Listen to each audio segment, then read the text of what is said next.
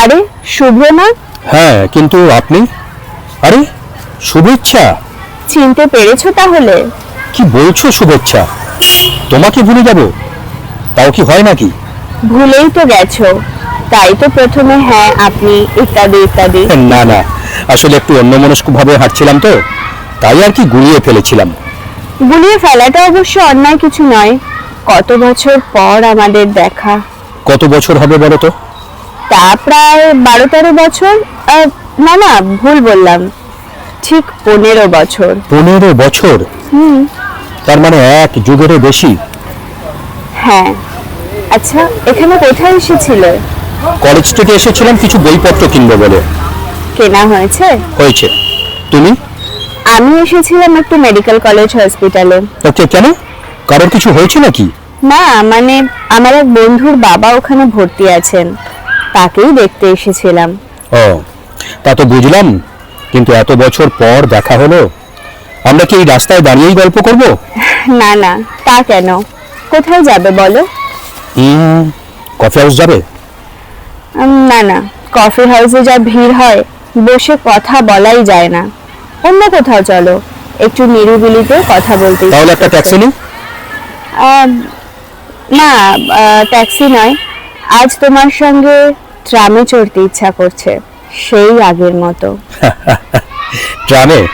বেশ তো, তাই চলো।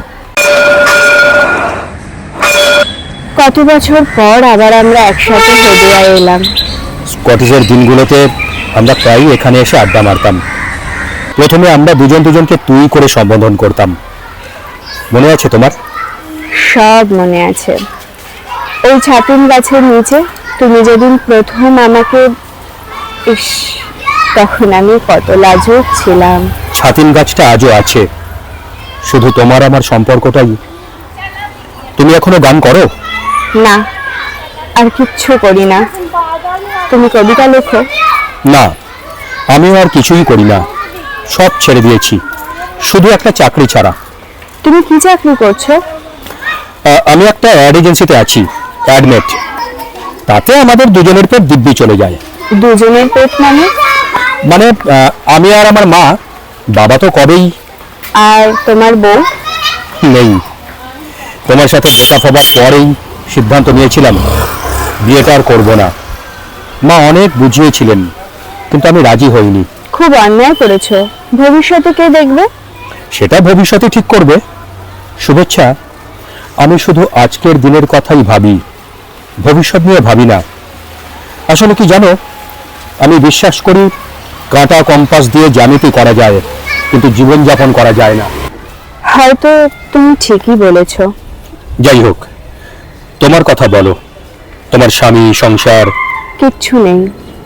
আমার শ্বশুরমশাই ক্যান্সার লাস্ট স্টেজ ছিল, তাই চটপট করে তার একটা মাত্র ছেলের সঙ্গে আমার বিয়েটা দিয়েছিলেন। বিয়ের 6 মাস পর যেই তিনি মারা গেলেন, অমনি আমি হয়ে গেলাম অপয়া বউ। সুতরাং অপয়া বউকে তো আর বাড়িতে রাখা যায় না, অগত্যা আমাকে আমার বাবার বাড়িতেই আশ্রয় নিতে হলো। একবার ভেবেছিলাম জানো, তোমার সঙ্গে যোগাযোগ করব, কিন্তু পরে আবার মত বদল করি। সেটা ভীষণ স্বার্থপরতা হয়ে যেত। কেন? স্বার্থপরতার কি আছে? বারে, আমি তো তোমাকে ছেড়ে। ঠিকই তো করেছিলে।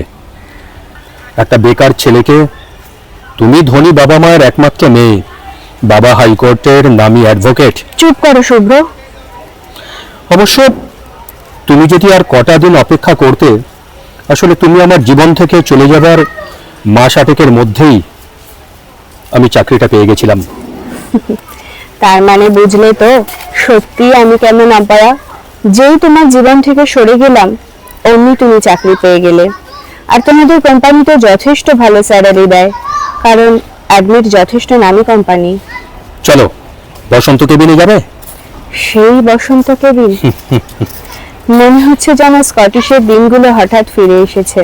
সত্যি যদি সেই দিনগুলো আবার ফিরে আসে? যা চলে যায় তার ফিরে আসে না শুভ্র। আমরা চাইলেই আসতে পারে। এই অপয়া মেয়েটির সাথে আবার নতুন করে। আমার তো হারাবার কিছু নেই, তাই পয়া অপয়ার একটা পরীক্ষা করা যাক। না শুভ্র না, তুমি আর আমাকে দুর্বল করে দিও না। কেন? জানি না, আমি কিচ্ছু জানি না। সন্ধ্যা গড়িয়ে রাত নামছে। আজ আর বসন্তকে দিন যাব না, তাড়াতাড়ি বাড়ি ফেরা দরকার। বাবা মা হয়তো চিন্তা করছেন। তুমি শোভা বাজারের ওই বাড়িতেই আছো তো?